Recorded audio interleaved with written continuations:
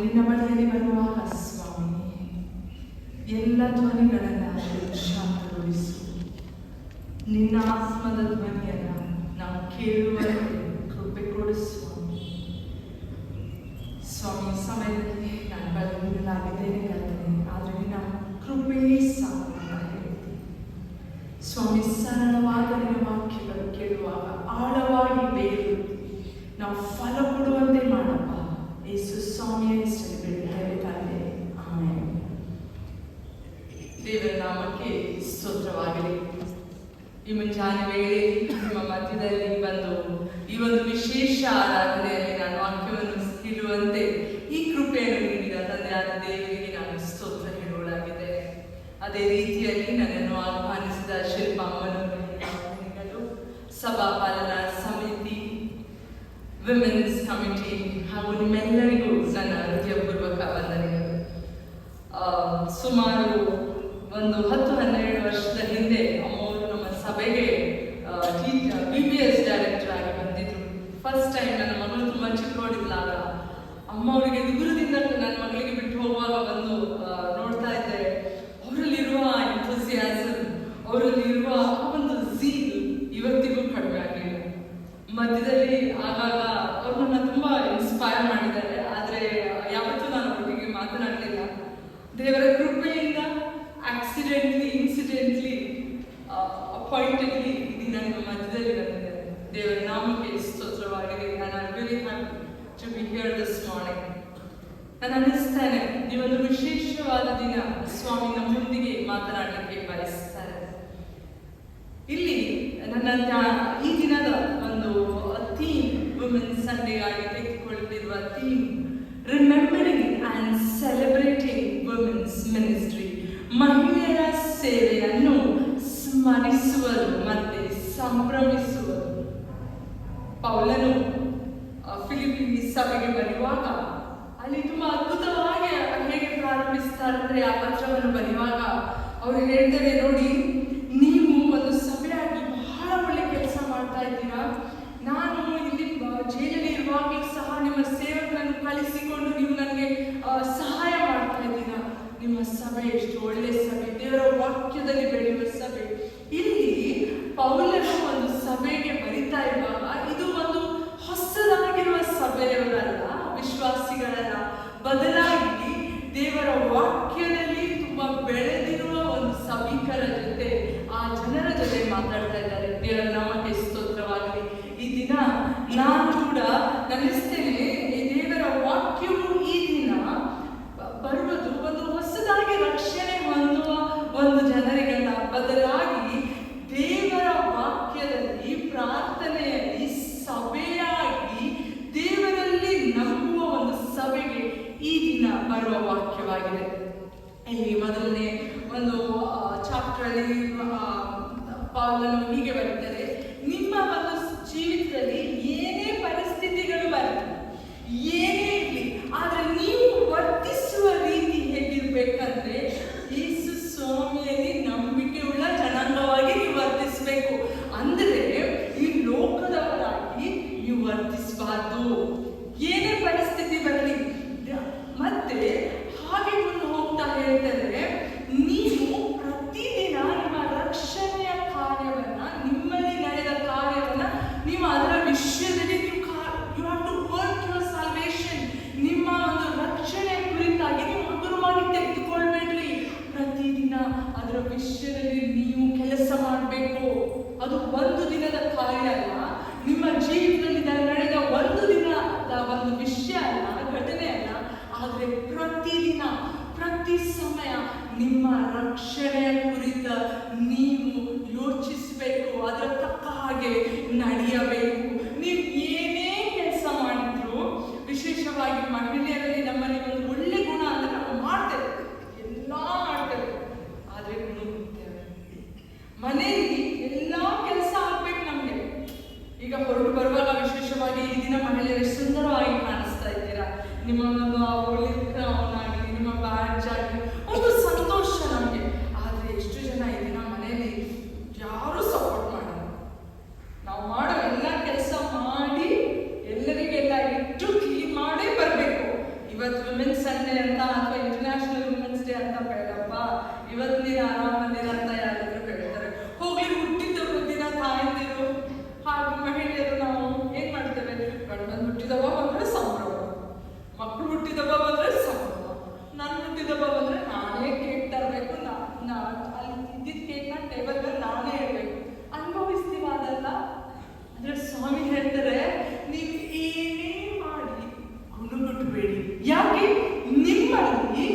ನನ್ನಲ್ಲಿ ಇರುವ ಯೇಸು ಸ್ವಾಮಿ ಇದ್ದಾರಲ್ಲ, ಲೋಕದ ಜನರಿಗೆ ಅದು ಗೊತ್ತಿಲ್ಲ. ಹಾಗಾದ್ರೆ ನಾನು ನೀನು ವ್ಯವಹರಿಸುವ ರೀತಿ ವಿಭಿನ್ನವಾಗಿರ್ಬೇಕು. ನಾವು ಹೇಗಿರ್ಬೇಕು? ಇನ್ನೊಬ್ಬರು ನಮ್ಮನ್ನು ನೋಡುವಾಗ ಅಯ್ಯೋ ಇವರಲ್ಲೇನೋ ಒಂದು ಬೇರೆ ಇದಲ್ಲ. ನನ್ನ ಮಕ್ಕಳು ನೋಡುವಾಗ ಅಯ್ಯೋ ನನ್ನ ಫ್ರೆಂಡ್ ಮಮ್ಮಿ ಯಾವಾಗಲೂ ಕಿರಿಕಿರಿ ಮಾಡ್ತಿರ್ತಾರೆ, ಆದ್ರೆ ನನ್ನ ಮಮ್ಮಿ ಇಷ್ಟೆಲ್ಲ ಕೆಲಸ ಮಾಡಿದ್ರೆ ಎಷ್ಟು ಸಂತೋಷವಾಗಿರ್ತಾರಲ್ಲ, ಇವ್ರಿಗೆ ಬೇಸರ ಆಗಲ್ವಾ? ಅವನು ಇದೆಲ್ಲ ಹೇಳಿದ ಮೇಲೆ 4ನೇ ಅಧ್ಯಾಯಕ್ಕೆ ಬರುವಾಗ ಏನು ಹೇಳ್ತಾರೆ ಗೊತ್ತಾ? ಇಬ್ರು ಮಹಿಳೆಯರ ವಿಷಯದಲ್ಲಿ ಹೇಳ್ತಾರೆ. ಅವ್ರು ಹೇಳ್ತಾರೆ, ನೋಡಿ ನಾನು ಏನು ಹೇಳಿದೆ ಪ್ರೀವಿಯಸ್ ವಚನದಲ್ಲಿ, ಬಿ ಇಮಿಟೇಟರ್ಸ್ ಆಫ್ ಕ್ರೈಸ್ಟ್. ನೀವು ನನ್ನನ್ನು ನೋಡಿರಿ, I am giving A model example. ನನ್ನ ದೃಷ್ಟಿ ಯಾವತ್ತೂ ಯೇಸು ಸ್ವಾಮಿಯ ಮೇಲೆ ಇದೆ, ನನ್ನಾಗಿ ಕೂಡ ನೀವು ಮಾಡಬೇಕು. ಬಿ ಇಮಿಟೇಟರ್ಸ್, ಯಾರಾಗಿ ಸ್ವಾಮಿಯಾಗಿ ನೀವು ವರ್ತಿಸಬೇಕು. ನಿಮ್ಮಲ್ಲಿ ಸ್ವಾಮಿ ಯೇಸು ಸ್ವಾಮಿಯ ಮನಸ್ಸಿರಬೇಕು.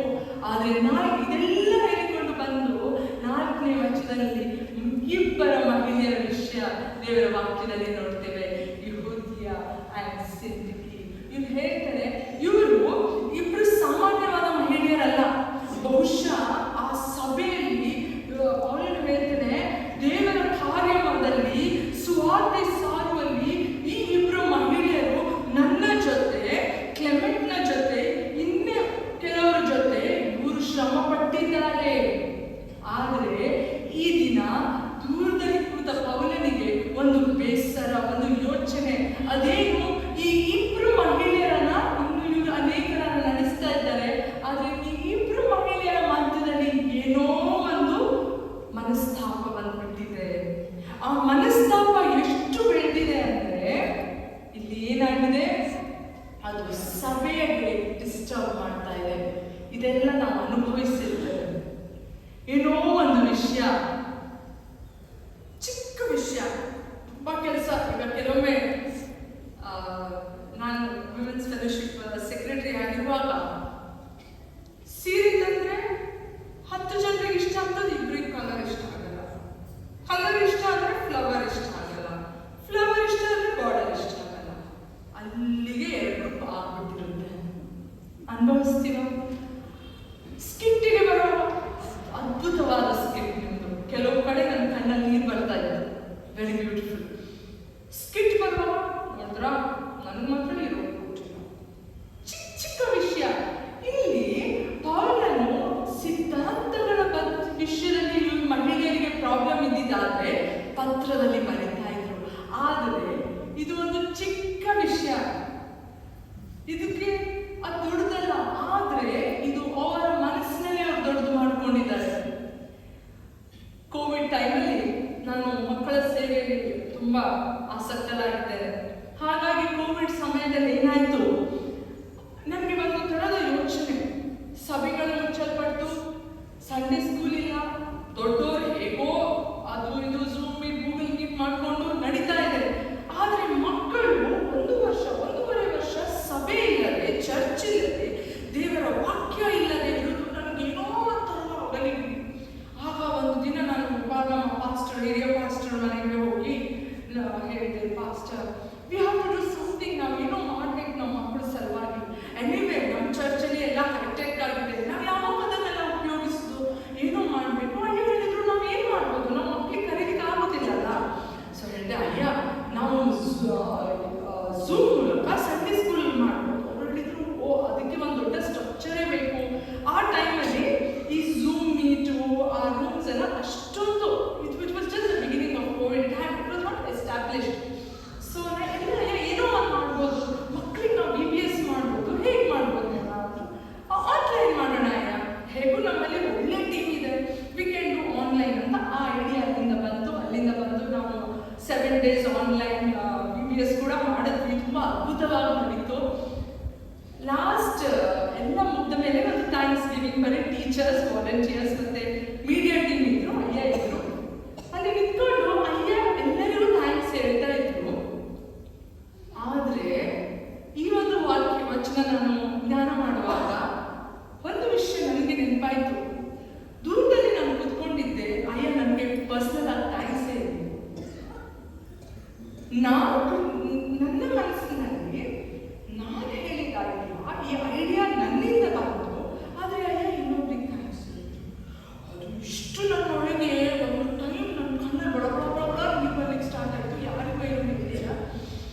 ಬಂದೆ. ಆವಾಗ 5 ವರ್ಷ ದಾಟಿ ಹೋಗಿದೆ. ಆವಾಗ ಯಾರಿಗೂ ಥ್ಯಾಂಕ್ಸ್ ಹೇಳಿದ್ರಲ್ಲ, ಅವ್ರು ನನ್ನ ಮನಸ್ಸಿಗೆ ಬಂದರೆ ಅಯ್ಯ ನೆನಪಾಗ್ತಾರೆ. ಅಯ್ಯ ನಮ್ಗೆ ತುಂಬ ಕ್ಲೋಸು. ಅವ್ರು ನನ್ನ ಗುರುಗಳು. ಒಂದ್ಸಲ ಅವ್ರಿಗೆ ಹೇಳಿದೆ, ಸರ್ ನೀವು ಹಿಂಗೆ ಮಾಡಿದ್ರಿ ಅಂತ. ಅವರು ನನಗೆ ಗೊತ್ತಾಗಿಲ್ಲ, so sorry, I did think it was such a big thing ಅಂತ. I said it's okay. ಆದರೆ ಈ ಒಂದು ವಚನ ಓದುವಾಗ ಸ್ವಾಮಿ ಪುನೊಮ್ಮೆ ಅದನ್ನು ನೆನಪಿಗೆ ತಂದರು. ಅನೇಕ ಸಲ ಮಹಿಳೆಯರಾದ ನಾವು ಚಿಕ್ಕ ಚಿಕ್ಕ ವಿಷಯ ಸಭೆಯಲ್ಲಿ, ಕುಟುಂಬದಲ್ಲಿ, ನಮ್ಮ ಕೆಲಸದ ಸ್ಥಳಗಳಲ್ಲಿ ನಮ್ಗೆ ಅವರು ಹಾಗೆ ಹೇಳಿಲ್ಲಲ್ಲ, ಇವ್ರು ಹೀಗೆ ಹೇಳಿಲ್ಲ ಅಂತ ನಾವು ಅಲ್ಲೇ ಒಂದು ಬಿಟ್ಟರಸನ್ನು ಪ್ರಾರಂಭಿಸ್ತೇವೆ. ನನ್ನ ಒಳಗೆ ಹುಟ್ಟಿದ ಆ ಕಹಿತನ ಮುಂದೆ ಹೋಗಿ ನನ್ನ ಕುಟುಂಬದಲ್ಲಿ ಕಹಿತನ ತರ್ತದೆ, ನನ್ನ ಮಾತುಗಳಲ್ಲಿ ಕಹಿತನ ತರ್ತದೆ, ನನ್ನ ಸಭೆಯಲ್ಲಿ ಕಹಿತನ ತರ್ತದೆ, ನನ್ನ ಒಂದು ಆ ಕಮ್ಯುನಿಟಿಯಲ್ಲಿ ಕಹಿತನ ತರ್ತದೆ. ಪುನೊಮ್ಮೆ ನಮ್ಮನ್ನು ನಾವು ಪರೀಕ್ಷಿಸೋಣ. ಇಲ್ಲಿಯಾದರೂ ಆ ಕಹಿತನ ನನ್ನಲ್ಲಿ ಇದೆಯಾ? ಯಾವುದೋ ಒಂದು ಚಿಕ್ಕ ವಿಷಯ ನನ್ನ ಮನಸ್ಸಿನಲ್ಲಿ ನಾನು ದೊಡ್ಡ ಮಾಡ್ಕೊಂಡಿದ್ದೇನಾ? ಇಲ್ಲಿ ನೋಡಿ, ಜಾಹೀರ್ ಮತ್ತೆ ಡೆಬೋರಾ ತನ್ನ ಗೀತೆಯಲ್ಲಿ ಅವಳು ಯಾಹೀರಿಗೆ ಅವಳು ಎಲ್ಲವನ್ನೇ ಬ್ಲೆಸ್ಡ್ ಅಂತ ಅವಳಿಗೆ ಆನರ್ ಮಾಡ್ತಾಳೆ. ಅದೇ ನೋಡಿ, ಸಾಲ್ ಮತ್ತೆ ದಾವಿದ ಗೋಲಿಯಾತಿಗೆ ಸಾಯಿಸಿದ ಮೇಲೆ ಅವಳಿಗೆ ಏನಾಗ್ತದೆ? ಕಿಚ್ಚು. ಅಲ್ಲಿಂದ ಯುದ್ಧಗಳು ಪ್ರಾರಂಭವಾಗ್ತದೆ. ಇಸ್ರಾಯೇಲ್ ದೇಶ ಅಲ್ಲಿಂದ ಒಂದು ಇಟ್ ಸ್ಟಾರ್ಟ್ಸ್ ಡಿವೈಡಿಂಗ್. ಇಲ್ಲಿ ತನಕ ಹೋಗಿ ಮುಟ್ಟು ಒಂದು ಚಿಕ್ಕ ವಿಷಯ. ಹಾಗಿದ್ರೆ ನಾವು ಮಹಿಳೆಯರಾಗಿ ನಮ್ಮ ಒಂದು ಸೇವೆ ಸಂಭ್ರಮಿಸುವಂತ ಸೇವೆ ಆಗಿರಬೇಕು ಅಂದ್ರೆ, ನಮ್ಮ ಒಂದು ಸೇವೆ ಅದು ವರ್ತ್ ರಿಮೆಂಬರಿಂಗ್ ಆಗಿರ್ಬೇಕಂದ್ರೆ ನಾವು ಹೇಗಿರ್ಬೇಕು? ಪುನೊಮ್ಮೆ ನಮ್ಮನ್ನು ನಾವು ಪರೀಕ್ಷಿಸೋಣ. We have to be women who pursue peace. ಯಾವುದೇ ಸಂದರ್ಭದಲ್ಲಿ ಸಮಾಧಾನವಾಗಿ ನಾವಿದ್ರೆ ನಮ್ಮ ಕುಟುಂಬ ಕೂಡ ಸಮಾಧಾನವಾಗಿರ್ತದೆ, ನಮ್ಮ ಸಭೆ ಕೂಡ ಸಮಾಧಾನವಾಗಿರ್ತದೆ. ಒಪ್ಕೊಳ್ತೀರಾ? ಆಮೆನ್. ಎರಡನೇದಾಗಿ ಇಲ್ಲಿ ಫಿಲಿಪ್ಪಿ 4:4 ನಾವು ಮುಂದೆ ಹೋಗುವಾಗ ಅವನು ಹೇಳ್ತೇನೆ, ಸಂತೋಷಿಸಿರಿ. ತಿರುಗಿ ನಿಮ್ಮಲ್ಲಿ ಹೇಳ್ತೇನೆ, ಸಂತೋಷಿಸಿರಿ. ಯಾರಲ್ಲಿ? ದೇವರಲ್ಲಿ ಸಂತೋಷಿಸಿರಿ. ಈ ದಿನಗಳಲ್ಲಿ ನಾವು ವಿಶೇಷವಾಗಿ ನೋಡೋದಾದ್ರೆ ಮಹಿಳೆಯರಲ್ಲಿ ಅತಿ ಹೆಚ್ಚಾಗಿ ಆಟೋಇಮ್ಯೂನ್ ಪ್ರಾಬ್ಲಮ್ಸ್ ಇದೆ. ಆಟೋಇಮ್ಯೂನ್ ಪ್ರಾಬ್ಲಮ್ಸ್ ಅಂದರೆ BP ಇಲ್ಲ, ಶುಗರ್ ಇಲ್ಲ, ಆದರೆ ನಮ್ಮ ದೇಹದ ಕೂದ ತುಂಬ ಉದರ್ಲಿಕ್ಕೆ ಸ್ಟಾರ್ಟ್ ಆಗ್ತದೆ. ಯಾಕೆ ಗೊತ್ತಿಲ್ಲ. ಹೈಪೋಥೈರಾಯ್ಡಿಸಮ್ ಇರ್ಬೋದು, ಹಾರ್ಮೋನಲ್ ಚೇಂಜಸ್ ಇರ್ಬೋದು, ಆಟೋಇಮ್ಯೂನ್ ಪ್ರಾಬ್ಲಮ್ಸ್ ಇರ್ಬೋದು. ಆಟೋಇಮ್ಯೂನ್ ಪ್ರಾಬ್ಲಮ್ ಅಂದರೆ ನಮ್ಮ ದೇಹದ ಸೆಲ್ಲೆ ನಮ್ಮ ದೇಹಕ್ಕೆ ಸಾಯಿಸ್ತದೆ. ರುಮಟಾಯ್ಡ್ ಆರ್ಥರೈಟಿಸ್, ಅನೇಕ ಕ್ಯಾನ್ಸರ್ಸ್ ಮಹಿಳೆಯರಲ್ಲಿ ಜಾಸ್ತಿ ಇದೆ. ಯಾಕೆ? ಈ ದಿನಗಳಲ್ಲಿ ಮಹಿಳೆಯರಾದ ನಾವು ಅನೇಕ ಜವಾಬ್ದಾರಿಗಳನ್ನ ತೆಗೆದುಕೊಳ್ತೇವೆ. ನಾವು ಹೇಳ್ತೇವೆ ವಿಮೆನ್ ಎಂಪವರ್ಮೆಂಟ್ ಅಂತ. ವಿಮೆನ್ ಎಂಪವರ್ಮೆಂಟ್ ಈ ದಿನ ಹೇಗೆ ಬಂದಿದೆ ಅಂದರೆ, ನಾವು ಹೊರಗೆ ಕೂಡ ಕೆಲಸ ಮಾಡ್ತೇವೆ, ಸಭೆಯಲ್ಲಿ ಕೂಡ ನಾವು ಆಕ್ಟಿವ್ ಆಗಿರ್ತೇವೆ, ಮನೆ ಕೂಡ ನೋಡಬೇಕು. ಎಲ್ಲರ ಮಧ್ಯದಲ್ಲಿ ಏನಾಗ್ತದೆ, ಇದೆಯೋ ಒಂದು ಪರ್ಫೆಕ್ಷನ್ ನಾವು ಮಾಡ್ಲಿಕ್ಕೆ ಆಗುದಿಲ್ಲ. ಆದರೆ ಮಹಿಳೆಯರಾದ ನಮಗೆ ಎಲ್ಲ ಸರಿ ಇರಬೇಕು, ಎಲ್ಲ ಅಲ್ಲಲ್ಲೇ ಇರಬೇಕು. ಯಾರು ಮಾಡಿದ್ದು ಸರಿ ಆಗಲ್ಲ. ನಮಗೆ ದೇವರ ವಾಕ್ಯ ಹೇಳ್ತದೆ, ಯಾವ ವಿಷಯದಲ್ಲಿ ನೀವು ಚಿಂತಿಸಬೇಡ್ರಿ.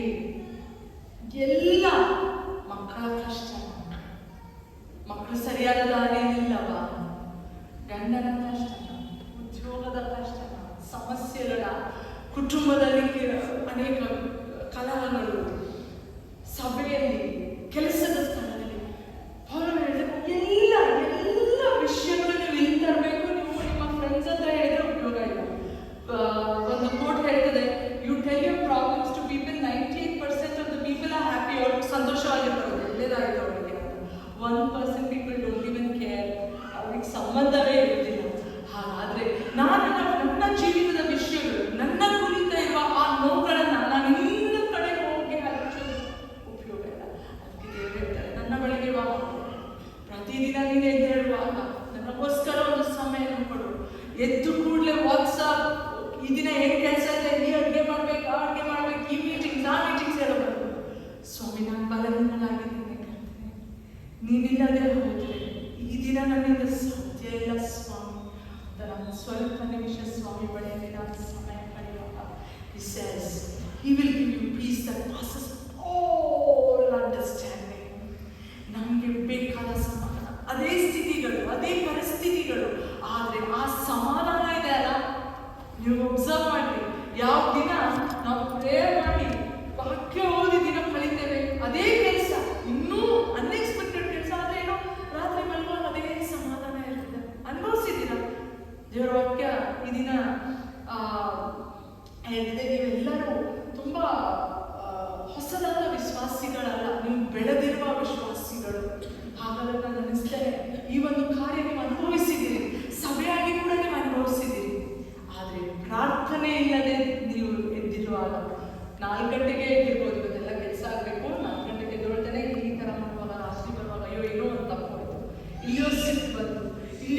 ಬೇಸರ ಆಯಿತು, ಇಲ್ಲಿಯೋ ಒಂದು ಕಡೆ ಸರಿ ಹೋಗಲಿಲ್ಲ. ಕುಟುಂಬದಲ್ಲಿ ಅನೇಕ ಹೋರಾಟಗಳು, ಅನೇಕ ಕಲವರಗಳು ಇರುವಾಗಲೂ ತಂದೆಯಾದ ದೇವರು ವಿಶೇಷವಾಗಿ ಮಹಿಳೆಯರ ಕಣ್ಣೀರಿಗೆ ಮೊರೆ ಕೊಡುವ ದೇವರಾಗಿದ್ದಾರೆ. ಹಾಗಾಗಿ 10 ಸ್ವಾಮಿ ಬಂದರು, 12 ಸ್ವಾಮಿ ಬಂದರು. ಪ್ರತಿಯೊಂದು ಮಹಿಳೆ ದೇವರ ವಾಕ್ಯದಲ್ಲಿ ಸ್ವಾಮಿ ಹತ್ರ ಬಂದಾಗ ಬರಿದಾಗಿ ಒಂದು ಮಹಿಳೆ ಕೂಡ ಹೋಗ್ಲಿಲ್ಲ. ನೋಡಿದ್ದೀರಾ, ನನ್ನ ನಿಮ್ಮ ಯೇಸು ಎಷ್ಟು ಒಳ್ಳೆಯ ಯೇಸು. ಹಾಗಾದ್ರೆ ನಿಮ್ಮ ಪ್ರಾರ್ಥನೆ ಜೀವಿತ ಹೇಗಿರಬೇಕು?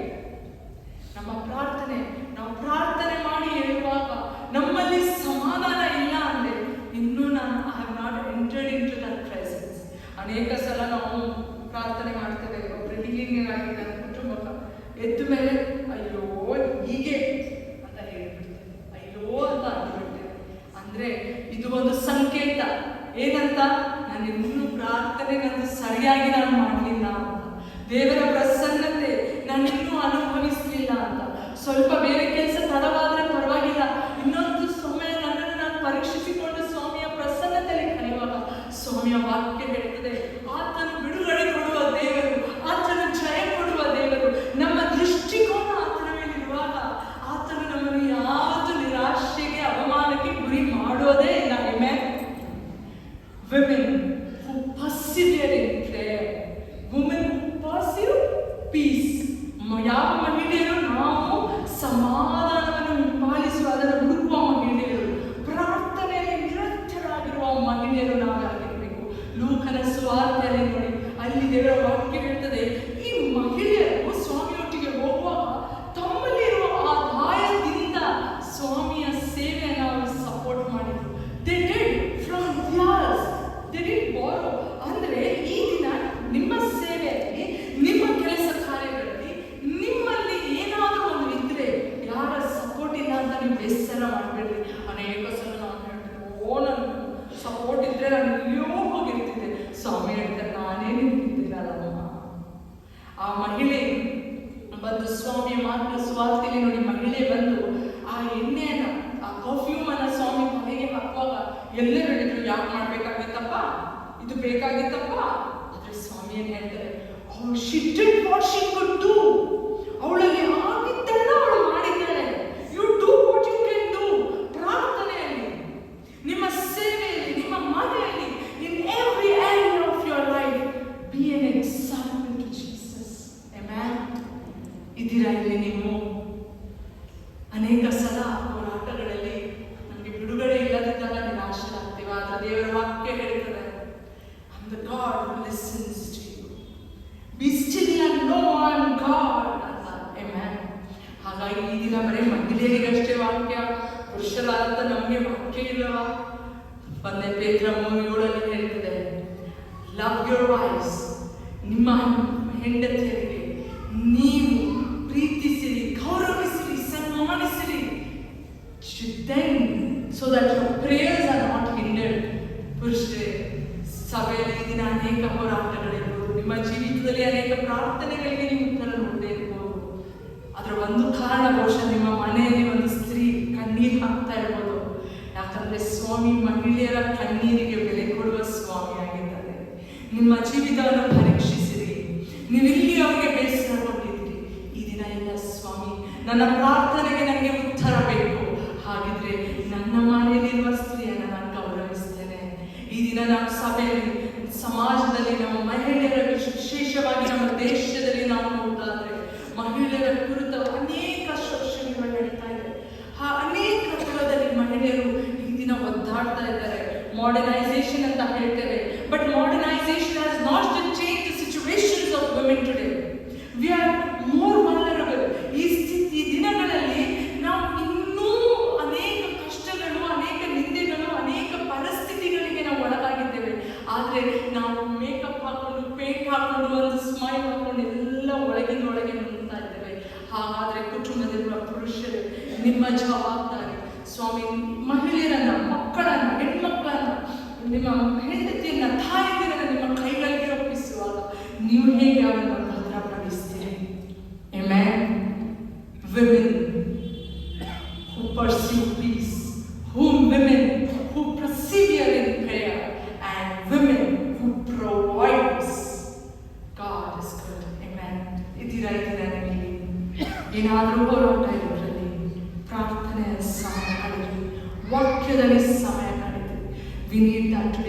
women, as women, we need to pray for our nation. ಅನೇಕ ಮಹಿಳೆಯರು ದೇಶಕ್ಕಾಗಿ 10 ವರ್ಷ 12 ವರ್ಷದಿಂದ ಪ್ರಾರ್ಥಿಸುವಾಗ ಈಗ ಒಂದು ಥರದ ವಾಲ್ಕೆನೋ ಟರ್ಬ್ಯುಲೆನ್ಸ್ ದೇಶದಲ್ಲಿ ನಡೀತಾ ಇದೆ. ಸಭೆಯಾಗಿ ಮಹಿಳೆಯರಾಗಿ ನಿಮ್ಮ ಪ್ರಾರ್ಥನೆಯಲ್ಲಿ ದೇಶದ ಪರಿಸ್ಥಿತಿ ಕುರಿತಾಗಿ ನಾವು ಪ್ರಾರ್ಥಿಸಬೇಕು. ಆಮೆನ್. ಅದು ನಮ್ಮ ಜವಾಬ್ದಾರಿ. ಪ್ರಾರ್ಥನೆ ಮಾಡೋಣ. ತಂದೆ ಆದ ದೇವರೇ, ಈ ದಿನ ಸ್ವಾಮಿ ನಮ್ಮ ಸೇವೆಯನ್ನು ನೋಡುವಾತನು ನೀನಾಗಿದ್ದಿ, ನಮ್ಮ ಹೃದಯದ ಅಂತರಾಳವನ್ನು ನೋಡುವಾತನು ನೀನಾಗಿದ್ದಿ ಸ್ವಾಮಿ. ನಮ್ಮ ಸೇವೆಯನ್ನು ಸನ್ಮಾನಿಸುವ ರೀತಿಯಲ್ಲಿ ಕರ್ತನೆ, ಸಂಭ್ರಮಿಸುವ ರೀತಿಯಲ್ಲಿ ಕರ್ತನೆ, ನಮ್ಮ ಜೀವಿತವನ್ನು ನಾವು ನಡೆಸುವ ಕೃಪೆ ಕೊಡಯ್ಯ ಸ್ವಾಮಿ. ಸಮಾಧಾನವನ್ನು ಕರ್ತನೆ ಕೊಡುವ ಮಹಿಳೆಯರಾಗಿ ನಾವು ಆಗಬೇಕು ಸ್ವಾಮಿ. ನಮ್ಮನ್ನು ಸಹಾಯ ಮಾಡಪ್ಪ ಕರ್ತನೆ. ಪ್ರಾರ್ಥನೆಯಲ್ಲಿ ನಿರಂತರವಾಗಿ ನಾವು ಪ್ರಾರ್ಥಿಸುವ ಮಹಿಳೆಯರಾಗಿ ಸಭೆಯಾಗಿ ಕರ್ತನೆ ನಾವಿರುವಂತೆ ನಿನ್ನ ಕೃಪೆ ತೋರಿಸಯ್ಯ ಕರ್ತನೆ. ಈ ದಿನ ಸ್ವಾಮಿ ಬಂದಿರುವ ಒಂದು ಮಹಿಳೆಯರ ಮೇಲೆ ನಿನ್ನ ಪ್ರಸನ್ನತೆ ಇರಲಿ ಕರ್ತನೆ. ತಂದೆಯಾದ ದೇವರೇ, ಏನಾದರೂ ಹೋರಾಟಗಳು, ಹೇಳಲಾರದ ಕಣ್ಣೀರು, ವೇದನೆ, ಚಿಂತೆ ಇರೋದಾದ್ರೆ ಯೇಸು ನಾಮದಲ್ಲಿ ನೀನು ಬಿಡುಗಡೆ ಕೊಡಪ್ಪ ಸ್ವಾಮಿ. ನಿನ್ನ ಬಳಿಯಲ್ಲಿ ಬಂದ ಯಾವ ಮಹಿಳೆಯರಿಗೂ ಯಾರಿಗೂ ನೀನು ಬರಿದಾಗಿ ಕಳಿಸಲೇ ಇಲ್ಲ ಸ್ವಾಮಿ. ಈ ದಿನ ಸ್ವಾಮಿ ಕರ್ತನೆ, ಯಾರ್ಯಾರು ಈ ಸ್ಥಳದಲ್ಲಿ ಬಂದಿದ್ದಾರೋ, ನಿನ್ನ ವಾಕ್ಯವನ್ನು ಕೇಳಿದ್ದಾರೋ ಕರ್ತನೆ ಅಪ್ಪ, ನನ್ನ ಕರ್ತನೆ, ನೀನು ಅವರ ಆತ್ಮದೊಂದಿಗೆ ಮಾತನಾಡಿ ಬೇಕಾದ ಬಿಡುಗಡೆಗಳನ್ನು ನೀಡು ಸ್ವಾಮಿ. ಕರ್ತನೆ, ಸಭಿಕರನ್ನು ಕರ್ತನೆ, ಪುರುಷರನ್ನು ಸ್ವಾಮಿ ನೀನು ಆಶೀರ್ವದಿಸು. ಸಭೆಯನ್ನು ಕರ್ತನೆ, ಕುಟುಂಬದಲ್ಲಿ ಕೊಟ್ಟಿರುವ ಮಹಿಳೆಯರನ್ನು ಕರ್ತನೆ ಸನ್ಮಾನದಿಂದ, ಗೌರವದಿಂದ, ಪ್ರೀತಿಯಿಂದ ನೋಡುವಂತೆ ಕೃಪೆಯನ್ನು ನೀಡಯ್ಯ ಅಪ್ಪ ಸ್ವಾಮಿ. ಈ ಲೋಕದಲ್ಲಿ ಕರ್ತನೆ ನಿನ್ನ ಮಕ್ಕಳಾಗಿ, ನಿನ್ನ ಕರ್ತನೆ ಕುಟುಂಬಕ್ಕೆ ಸೇರಿದವರಾಗಿ ನಾವು ವರ್ತಿಸುವಂತೆ ನಮಗೆ ಸಹಾಯ